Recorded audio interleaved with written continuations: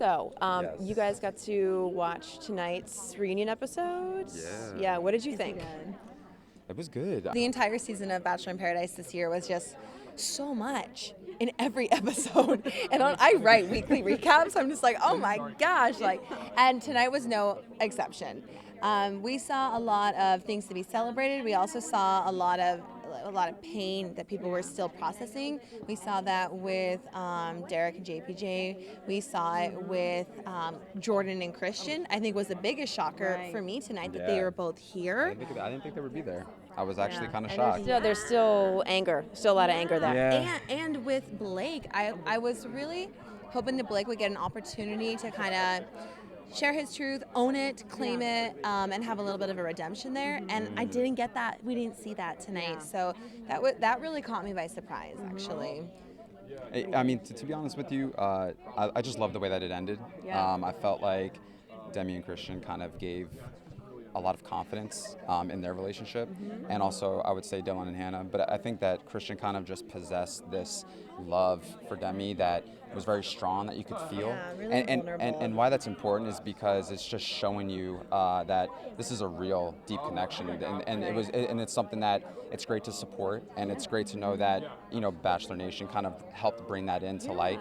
And so it was just really uplifting to see that kind of inspiration. And it is a family, in many ways. For somebody who is not a part of Bachelor Nation, who's not used to being on camera, I think she did a terrific job. Yeah, I think I really admired and appreciated that. And Chris Harrison said it. He said if there was someone, it was just a castmate, I don't think we would have had the success or felt the rawness that we did, which made it really unique and really special. And honestly, I'm just so excited to see what happens with them. Yeah.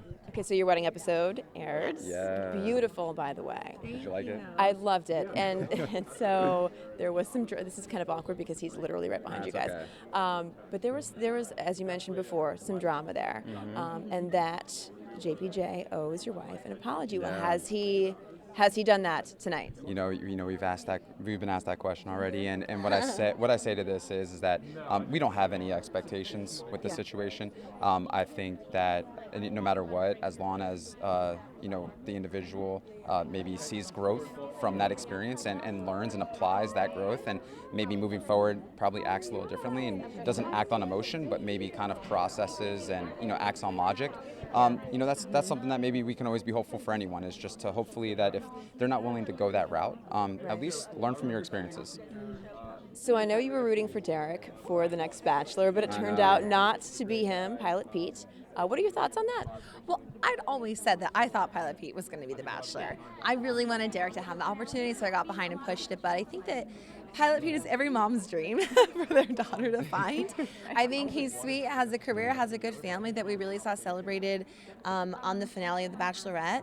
And I think that girls are going to be really excited to meet him. I can attest to that, yeah. So what is your advice to all the newly engaged couples on the show?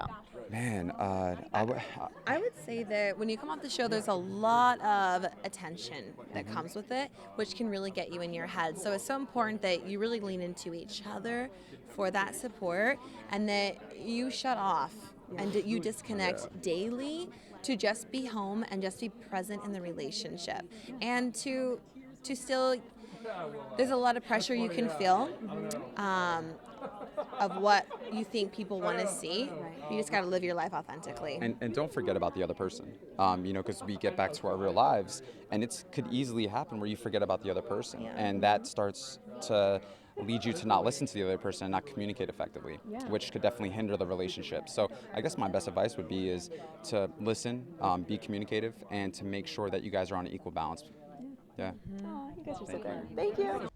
Thank you for watching. If you want more extra, hit the subscribe button and the bell so you'll never miss a video.